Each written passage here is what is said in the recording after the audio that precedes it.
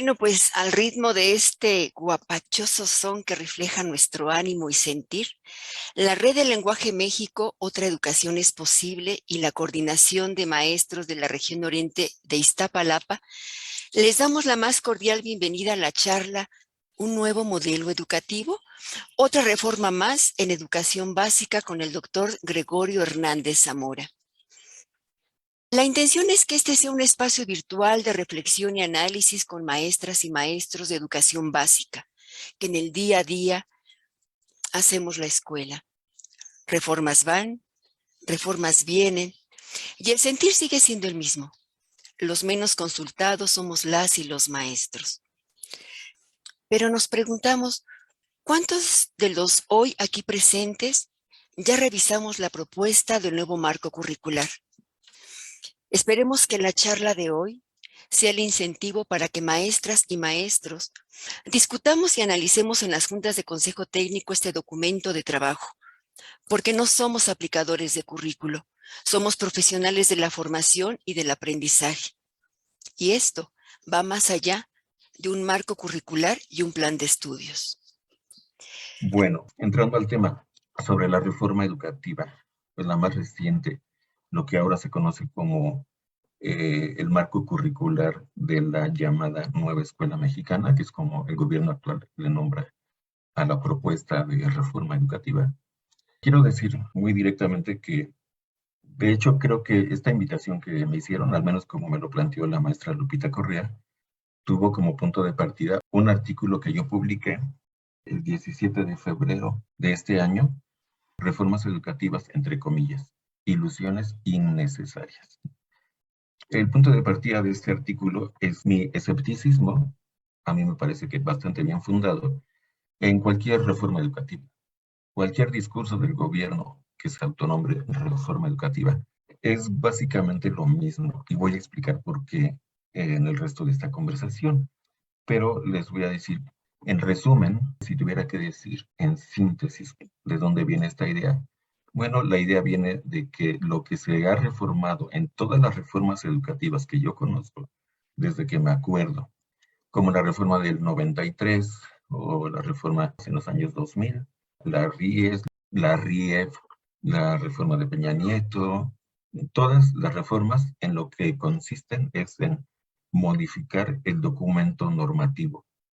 Lo que hace el gobierno es escribir un nuevo documento de índole, podríamos decir, doctrinario, donde se plantean ideas e ideales pedagógicos, educativos, se habla de un nuevo modelo, se plantean a veces nuevos enfoques y generalmente ese documento normativo doctrinario se aterriza después en una reforma de planes y programas de estudio.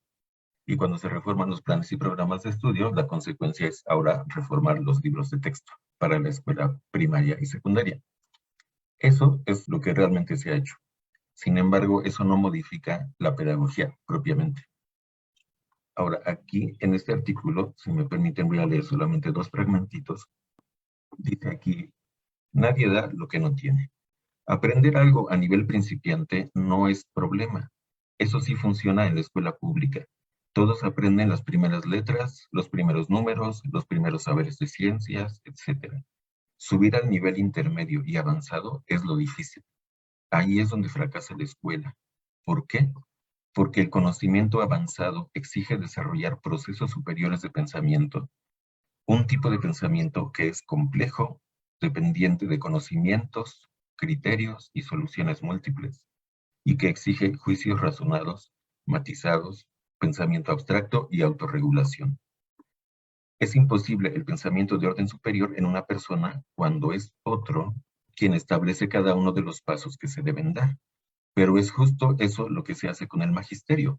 Cuando el gobierno en turno decide una nueva reforma educativa, es decir, planes y programas, enfoques, materiales, y les exige aplicar un currículum nacional único y obligatorio, se impide al magisterio desarrollar su criterio profesional y tomar decisiones autónomas. Problema: es imposible desarrollar pensamiento de orden superior, cuya esencia es que es autónomo, en el alumnado si los maestros mismos no lo tienen, es decir, no tienen autonomía. por lo tanto no ejercen procesos de pensamiento del orden superior.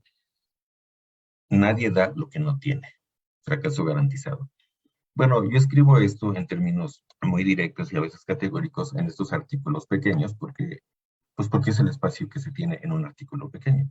Claro que esto está sustentado en investigaciones y trabajos mucho más extensos, tanto míos como de muchísima gente que ha investigado y documentado esto, sí. Ahora, después dice aquí al final del artículo, la mejor escuela. Bueno, lo que debería cambiar realmente no es lo que dicen los documentos normativos, sino lo que se hace en las aulas y en las escuelas, y sobre todo el aprendizaje de los alumnos. Eso sería una reforma educativa. Como digo yo ahí, llevar a nuestros alumnos del nivel principiante al nivel intermedio y eventualmente al nivel avanzado. Ahora, eso puede sonar muy fuerte quizás para algunos. Se podría pensar, sí, pero a nivel avanzado es solamente en la educación superior o en el posgrado. Bueno, déjenme decirles que no, no es así. Hay niños en México y en muchos países que siendo niños dominan mucho mejor que muchos adultos una serie de contenidos y habilidades. Hay niños que son políglotas, hablan varios idiomas muy bien, los leen, los escriben. Hay niños que saben matemáticas, mucho mejor que yo, sin duda. Hay niños que saben muchísimo de historia, hay niños que saben muchísimo de, no sé, de prehistoria, de los dinosaurios, o de cualquier contenido que les apasione y que se pongan a estudiar. A eso se refiere el nivel avanzado. E igualmente puedo decirles, porque me consta, que también hay niños que manejan la lengua escrita mucho mejor que la gran mayoría de los estudiantes mexicanos. O sea, hay niños que sí escriben bien, no solamente con corrección, sino de manera inteligente, lúcida, que leen bastante, que comprenden lo que leen, que discuten lo que leen, que utilizan lo que leen y lo que saben para entender el mundo, para hablar sobre el mundo, para actuar en el mundo, etc. Ahora, en promedio, hablando globalmente, esta posibilidad de llegar a un nivel avanzado en el conocimiento se da más entre niños de clases medias y altas que entre niños de clases trabajadoras o socioeconómicas bajas.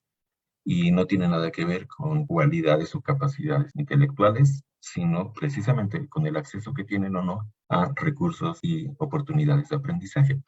Entonces, lo que yo digo aquí en este párrafo final del artículo es que esas cosas que acabo de describir no se cambian cambiando planes y programas de estudio ni marcos referenciales, doctrinarios, ¿sí? No importa lo que digan, o sea, no importa cuál sea la postura doctrinaria que se tome, de izquierda, derecha o centro, todas son posturas doctrinarias, nada más. Es un documento de declaraciones. Y bueno, por cierto, yo les puedo decir, porque los he conocido bastante bien, en las últimas reformas, al menos desde la del 93 para acá, ninguno de esos marcos doctrinarios dice nada que a mí me parezca especialmente criticable. Todos tienen buenas intenciones. El punto es que solo se quedan las intenciones. Ahora, lo que dice aquí el último párrafo es, nada de eso cambia cambiando planes de estudio y libros de texto. Nada. Por lo mismo, cuando uno es padre o madre de familia, hay dos formas de saber cuál es la mejor escuela para sus hijos. Viendo los programas y modelos educativos del gobierno en turno, sus grandes ideas y promesas, o viendo a qué escuelas mandan sus hijos quienes pueden elegir. Bueno, si me preguntaran a mí, bueno, ¿qué propones? ¿Qué es lo que sí debería cambiar? Eso lo puse aquí en este párrafo. Dice, nos marean con reformas que no son sino ilusiones innecesarias, porque el aprendizaje solo ocurrirá cuando cambien cosas esenciales que ninguna reforma siquiera se propone cambiar. Señalo 5 que me parecen cruciales. 1. Maestros y maestras que se vean a sí mismos como profesionales con criterio y autonomía para pensar y decidir, y no como aplicadores del programa oficial. 2. Alumnos cuyas vidas no cuelguen de un hilo por razones de sobrevivencia económica, violencia rampante o inexistencia de empleos decentes y suficientes para quienes se matan estudiando y luego egresan de las escuelas y no tienen trabajo. 3. Diseñadores y autores de materiales educativos libres para poner su conocimiento y creatividad al servicio de alumnos y maestros, no al servicio de la burocracia educativa. 4. poner fin al fraude y la ilusión del currículum nacional único y obligatorio, que en los hechos solo existe en el papel, no en las aulas. El currículum real son los maestros y sus condiciones reales de vida, formación y trabajo. 5. Fortalecer en serio la educación superior y la investigación científica, que tanto esfuerzo y tiempo nos ha llevado a construir, en vez de difamarlas y desmantelarlas financieramente para jalar recursos y usarlos en pseudo universidades subordinadas a la agenda e ideología del grupo en el poder. Bueno, esto es el planteamiento central y yo lo resumo al final en una idea que, como dice ahí el artículo, es la idea central que yo planteé en mi participación en la UNESCO, en esa intervención que hice en el 2019, que se resume en la frase: los maestros son el currículum. Cuesta trabajo verlo porque ustedes nunca van a ver esta frase en ningún documento normativo, en ninguna reforma educativa, y muchas veces ni siquiera directamente en documentos o en textos académicos, que sí lo tienen claro, pero no lo expresan de esa manera.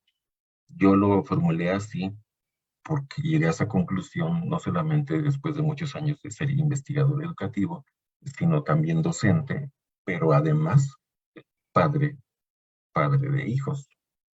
Entonces, cuando tú tienes hijos y lo que más te importa en la vida son tus hijos, pues ahí sí te importa a qué escuela los llevas, ¿verdad? Y generalmente, como digo ahí, la gente que puede elegir busca una escuela donde haya maestros que valgan la pena, realmente. Esa es la razón por la que la mayoría de los profesores de la educación superior, la mayoría de los funcionarios educativos de todos los niveles, no crean que solamente el secretario y los subsecretarios, también los directores, supervisores, donde pueden, llevan a sus hijos a escuelas privadas, porque las condiciones de trabajo, porque las condiciones de formación son mejores en muchos casos, no en todos, pero en muchos sí, porque en escuelas privadas, en muchas, no están tan sujetos y sometidos a ese famoso currículum nacional único y obligatorio. Muchas escuelas privadas tienen sus propios modelos educativos, sí, sus propias preferencias. Por ejemplo, hay muchas escuelas que se autonombran escuelas activas, que siguen una pedagogía Freinet, y los maestros realmente están entrenados en eso, saben hacerlo, saben lo que hacen. Pero también hay otros tipos de pedagogías, ¿no? Hay escuelas de Crowley, hay escuelas Montessori. También hay otras escuelas que llevan un currículum que se llama Bachillerato Internacional, que es un currículum que se diseñó en Inglaterra.